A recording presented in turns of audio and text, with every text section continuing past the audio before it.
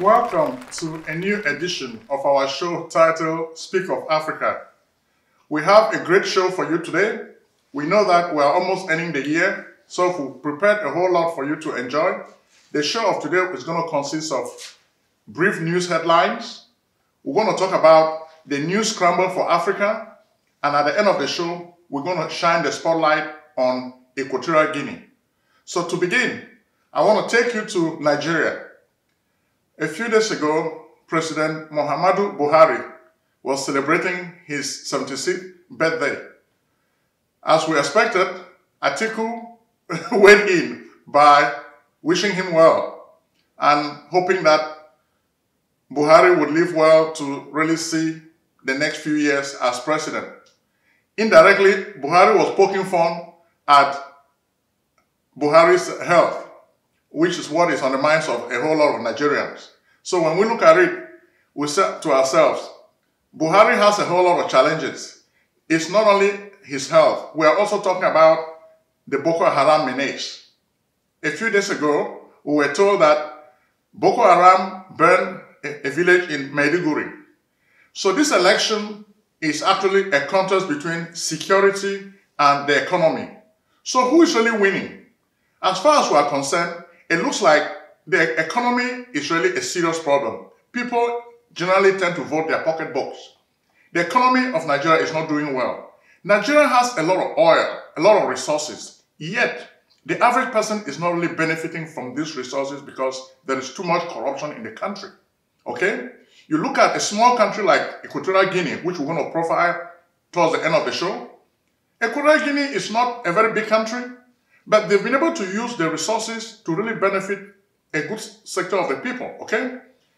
People may say, oh, the guy is a dictator, the social society is not developed, but the guy has really done a lot with his 2020 plan of development. He has done a whole lot economically, even though, as one of our professors, Professor George Ayite of Ghana, used to say, there's no such human creature as a good dictator. All dictators are bad, worse and worse. It is true. But when a dictator does good things, we need to accept them. That's how we tell the truth. We may not like President Teodoro Obiang Nguema Mbasogo, but we have to say he has done a whole lot for his country. And we'll get there and we'll show you the images because, as I say, a picture speaks louder than words. When we look at Mr. Buhari, he's still begging for time. The day he was celebrating his birthday, he was still saying, Nigerians, please, I beg you, now give me more time, make a fix on our country. They're not going to give him any more time because he has the time and he's just wasting the time, okay? His health is a problem, so he doesn't really have the energy to really run a big country such as Nigeria. And Mr. Atiku Abubakar is seizing on this weakness to really trumpet the weaknesses of Mr. Buhari. Already, Mr. Buhari is a guy who doesn't like criticism. A few days ago, we were told that he had to ask his soldiers to kick out Amnesty International from the country. Amnesty International is just doing its job. Whenever the security services are killing people, Amnesty International tries to share this information with the public. For sharing this information, Mr. Buhari's soldiers decided to kick them out of the country. Is this a good sign? We don't think so. So we are urging Nigerians, whether they like Buhari or not, to vote for change. We need the economy of Nigeria to start moving again. A few days ago, Atiku even snubbed one of the meetings organized by Buhari to talk about peaceful transition during campaigning because he saw that just like a ploy. So when we look at all what is happening, we're asking Nigerians, please come and vote. Don't just sit on the sidelines.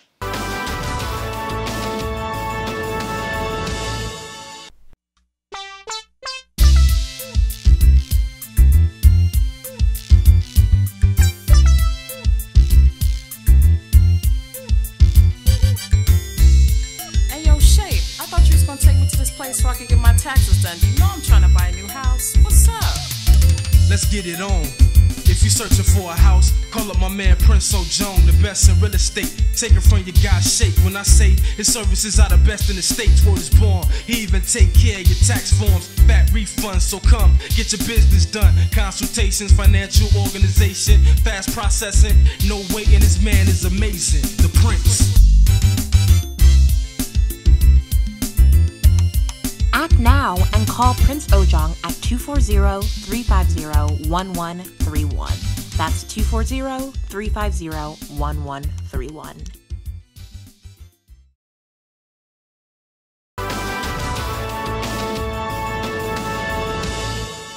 Okay, next, we're going to move to more information as we're ending the year. We want to let you know that we have a lot that we've prepared for you. Next week, we are going to highlight the people we've chosen to be the African Nation Personalities of the Year. We want to choose 10 people to be the African Nation Personalities of the Year. Okay? So we're asking you to vote so that we can know who are going to be on this list. Already, our Board of Economists are compiling names and researching a lot of personalities, but we want to make sure that the people who ultimately appear on our list should be chosen by you, the people. So don't just sit, call our office, call the number 240-350-1131 and vote, okay? And we want to make sure that your candidate should actually appear on the list. We can only accept 10 names. So we want to start the profile by discussing number 10. It's going to be a countdown. We'll start from number 10 until we get to number 1. So choose the person that you like to be on this list. The African Nation Personality of the Year. We're going to choose 10 people, okay? So we want you to vote. Vote the candidate of your choice. Then next, we're going to begin the year by announcing the 2019 African Nation Awards. We're going to arrange all the countries in Africa alphabetically. Then we're going to score them based on a 10 criteria, okay? Then the countries that really win will be at the top. In the past, when we organized this contest, we awarded the first show to South Africa. After South Africa, the next time we organized the African Nation Awards, we gave it to Botswana. So who's going to be the next country? So we want you also to help us to choose. So send us information, comment on what we profile on our shows. Okay, we've been trying to look at Africa, look at issues, problems, solutions. So help us. We want you to give us feedback. What do you think? Which countries are doing well? Which countries are not doing well? Based on criteria such as democracy, okay, economy, human rights. So put all these factors together and tell us the countries that you think are really doing well. The next, we told you before that we want to use this show to empower Africans. Africa is not doing well. As my professor Ali Mazrui usually says, Africa is moving back to the village. While the whole world has gone to the moon and is proceeding to planet Mars, Africa is moving backwards. So we want to halt this backward movement of Africa, which is why we profile countries and we discuss issues with you on the show. Because we want to change the direction that most of these African countries are taking. They are on the wrong road. We want to bring them to the right road. You can help us by becoming a citizen video journalist. So our agenda for next year, we want you to be more involved. If you see something, report it.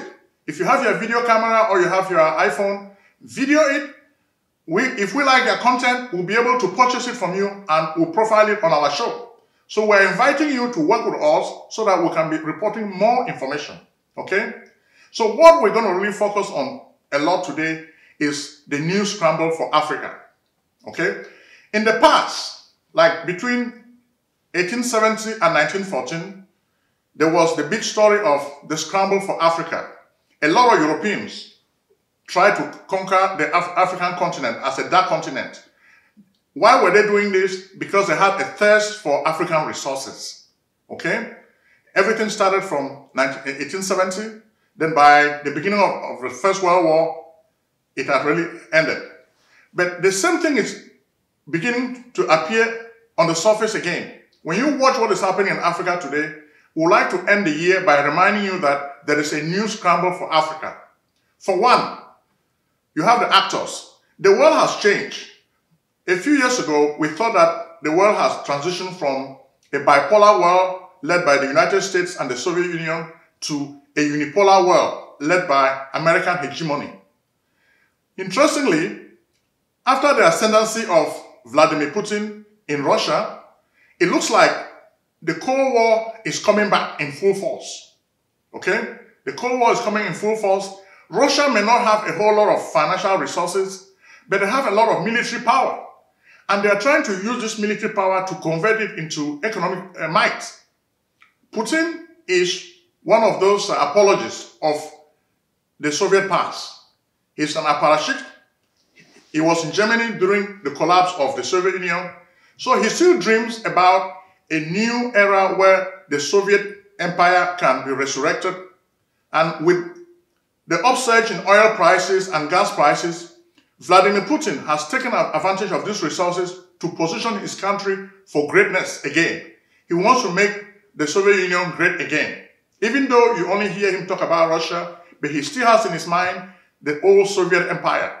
You see him flexing his muscles in Ukraine, but he's also doing the same thing in Africa. When you look at those former Soviet client states, you look at Angola, Putin is back in Angola in full force. If you remember back in the days of colonialism, the Soviets were really helping Angola to throw away the Western folks out of the country. They were there. Then, of course, they were also in Ethiopia. Putin is back in Ethiopia making deals, okay? Then you look at Central African Republic. Putin is there now making deals. He may not have a lot of resources, but he's using his military might to try to get back those client states into the Soviet fold, okay? So it may not sound like nostalgia because the guy has a lot of ambition, and so far the Americans are not really doing a good job in putting him in check. Look at what happened in Syria. Putin had his way, and Putin is a bulldozer. He keeps just bulldozing and going in. So he also needs the resources of Africa. So when you look at the old scramble for Africa, everything started with a slave trade, okay? Africans' labor was in demand.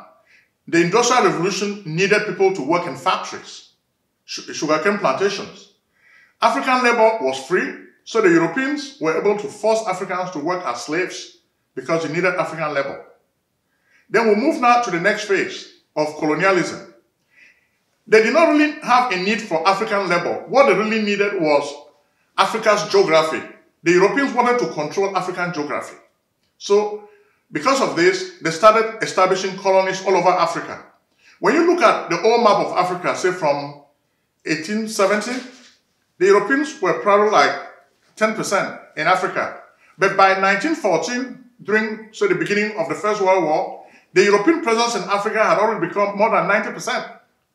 And the same thing is happening now. You see, China also is emerging as a colonial power. China itself went through a lot of struggle. They became independent and they formed a new country.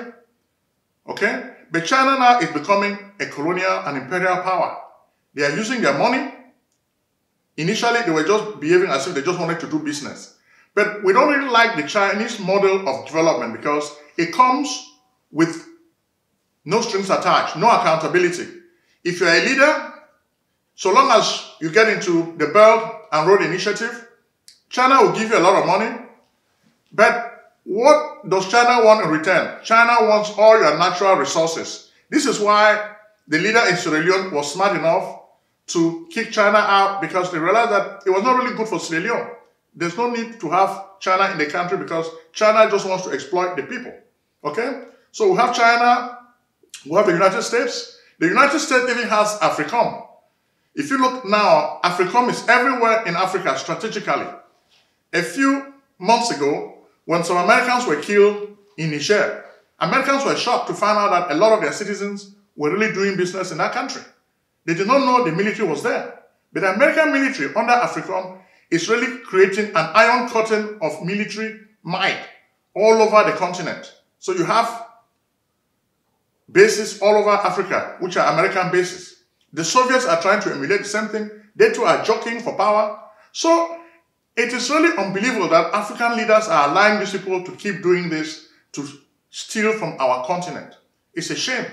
But our leaders are doing this with their eyes open, which is why I look at it like they are signing devilish pacts with most of these Western powers, and China has joined the fray.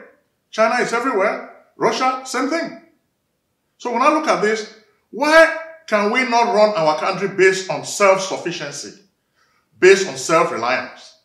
Where did China borrow money when China embarked on its development program? China decided to use its own resources. So why must African leaders continue to borrow money from China in order to do their development? Before, it was the World Bank and the International Monetary Fund. But now, it is China. Why is it that African leaders always love borrowing? What's really wrong with them? Why do they love borrowing? A few months ago, the Chinese invited them to China. All of them went there, even like the buffoon Paul Biya went there and with a big pan in hand to beg. Unfortunately, he was not able to get much. So why do these people continue begging? So we really want some kind of change. As we are ringing in the new year in a few days, we want a new change, a new mentality. Africans need to start understanding that you cannot develop a country based on begging. When you borrow too much, economically, that's not sound. It puts you in the red. And that's why most African economies are in the red, because they have too much foreign debt. Was China borrowing in order to develop its country? No. China was using its own resources. They were using its own indigenous resources to build the country. So we need to start thinking straight, okay? Our leaders need to stop signing these devilish pacts with Western powers.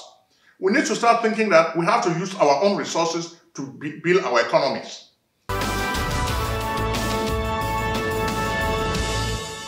Life insurance money secrets of millionaires and billionaires exposed. Discover how America's rich and famous exploit these arcane tools to build fabulous wealth. Why should these big white guys have all the fun? Let Prince Ojong, the celebrity author of The Miraculous Millionaire, show you the little understood life insurance way to riches.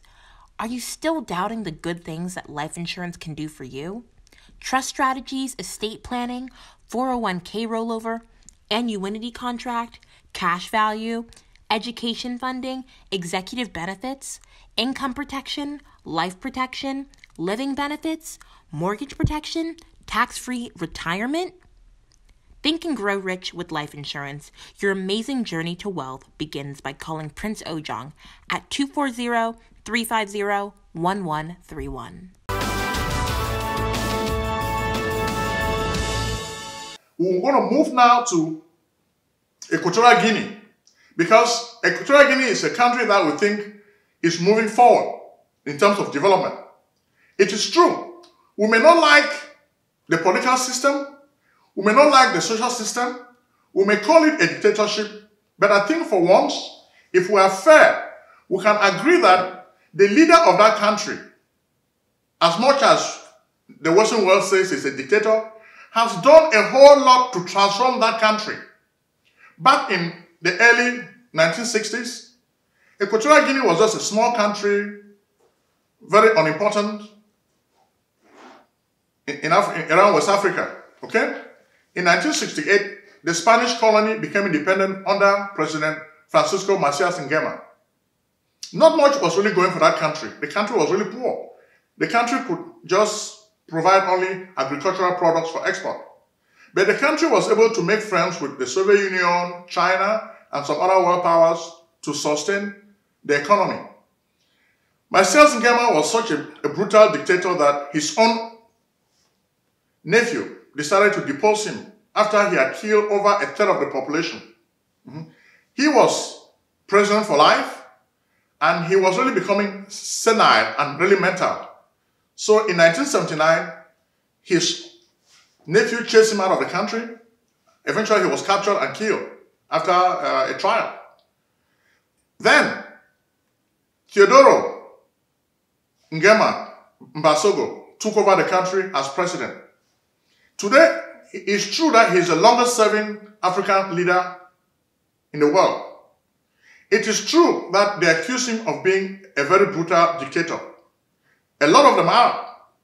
I know Professor George Bernard Ayite used to say, there is no such thing as a good dictator. All dictators are bad, worse and worse. It is true, and we agree. But we equally agree that Nguema is a president who has been able to develop his country economically. As they say, pictures speak louder than words. When you look at the old Equatorial Guinea that was obtained during the days of Francisco Macias Nguema. It is so different from the new Equatorial Guinea today. The country has been transformed completely. It is true, politically, the transformation is not great. The country is still a dictatorship. Socially, the people are not really free because you have police everywhere. But nobody can argue with the fact that there is a dramatic economic transformation. The country has moved away from just being a forest to a place with beautiful infrastructure.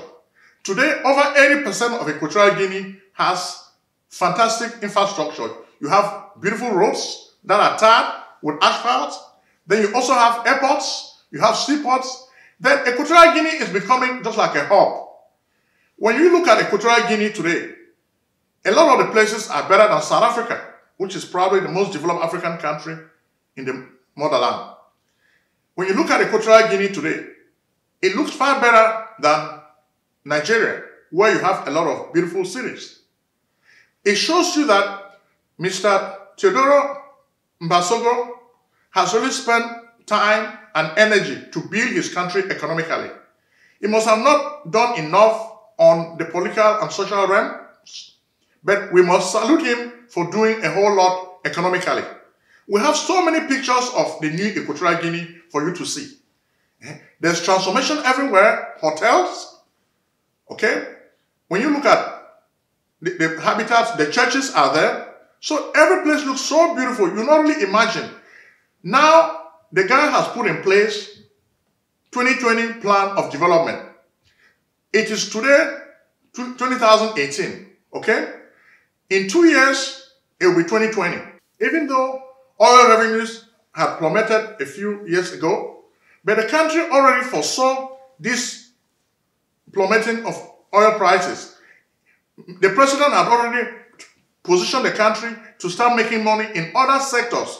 So he had already foreseen that diversification was the right thing to do. And which is what we think other African leaders need to emulate. If you're a dictator, be a good dictator. I know Professor Yite says there's no such thing as a good dictator. But we think that if your deeds are good in the economy, we're not looking away from your brutal dictatorial ways, but we're saying that if you are developing your country, if the people can see the benefits of the resources, that's something positive. And we think this is what is really happening in Equatorial Guinea. Equatorial Guinea has become like a showcase. Today, a lot of conferences can really take place in this island because the place is beautiful, it has natural beauty, and they have spent a whole lot of money building the infrastructure to world-class standards. So we've decided that in order to show that we really appreciate what Mr. Teodoro Mbasogo has done for his country, we decided that we'll compose a song for him, okay? And we wish God to bless this African leader. We don't support dictatorship, but we support economic progress. Whenever we see economic progress, we like to say that this is good. In fact, even today, as we're preparing for this show, we were told that the president has just fired his army chief of staff. That's the way with dictatorship. We are not condoning dictatorship in Equatorial Guinea. What we are saying is we want other African head of states to emulate his development program, his emphasis on development. What we see in Equatorial Guinea is not just modernization. We see a complete change, complete transformation, where you take a primitive country and you change the infrastructure into world-class standards, which are admirable everywhere else. What obtains in Equatorial Guinea reminds me of what obtains in China. China is a dictatorship politically. The social system is not open. China steals intellectual property from the United States. But China has been able to create a trade surplus. Even when you look at its balance of payments, China cheats so well to a point that President Trump had to target them. And which is why the last few weeks, the stock market in the United States has been very, very tough. Things are just going on a roller coaster. Markets are moving up, stocks move up, stocks collapse. just because people are worried. Investors don't know. Everything is just jittery. They don't really know what is going to happen. But we think it's time for China to stop stealing America's technology. When we look at the president of Equatorial Guinea, he has just imitated the development model in China, okay? Because he has not developed the society, he has not developed the politics, but he has developed the economic system. And that's what China did on its path to development. China did not really develop the other two areas, but they've really focused only on the economy. Soon, once the economy is developed, whether the leader likes it or not, eventually the society will be forced to open up, because that's what technology does to a country. Technology makes it possible for a country to open up. So don't be surprised when democracy comes to Equatorial Guinea. At least the infrastructure is there, the development is there for people to take advantage of it. So we are telling other African leaders, please watch this video and take advantage of what is happening in Equatorial Guinea. We hope that you can really make your country the envy of the world. Equatorial Guinea is not the only African country that produces oil. Nigeria produces a lot of oil. But what has been happening is the politicians steal the money and the people don't even see the benefit of the oil, which is why the Ojong people, for example, have been protesting. In Equatorial Guinea, by contrast, the stealing is not on such an alarming scale like in Nigeria and other African countries like Cameroon. In Cameroon, which is Equatorial Guinea's neighbor, there is oil also. And the country has been exporting oil before President Paul Biya became president. But where is the oil money? The people who live around this area don't even see a penny of oil revenue. Oil revenue remains a state secret, and the people cannot even enjoy it. So we want a change. We want most of these African countries to start giving us some form of accountability, okay? So we thank you for watching this show today, and we're telling you that we have to vote for the African Personality of 2018. Then we're also preparing for the African Nation Awards of 2019. So we ask you to continue supporting our show. If you have any criticism, please share it with us, because we want this show to be a show. Thank you very much, and Happy New Year in advance. Personally, I'm a business person. I own a tax service. I own an insurance brokerage, and I also own a real estate business. So I'm encouraging you to refer clients to me. I need clients to do well. Based on the money I make from these resources, that's what I use to finance this show with the help of some friends. So I need your help. Please help me to finance this show, and God bless you. Thank you very much. Selling a service or a product? Need buyers? Use the African Nation TV as a channel to reach many viewers. Act now and call Prince Ojong at 240-350-1131. That's 240-350-1131. Act today.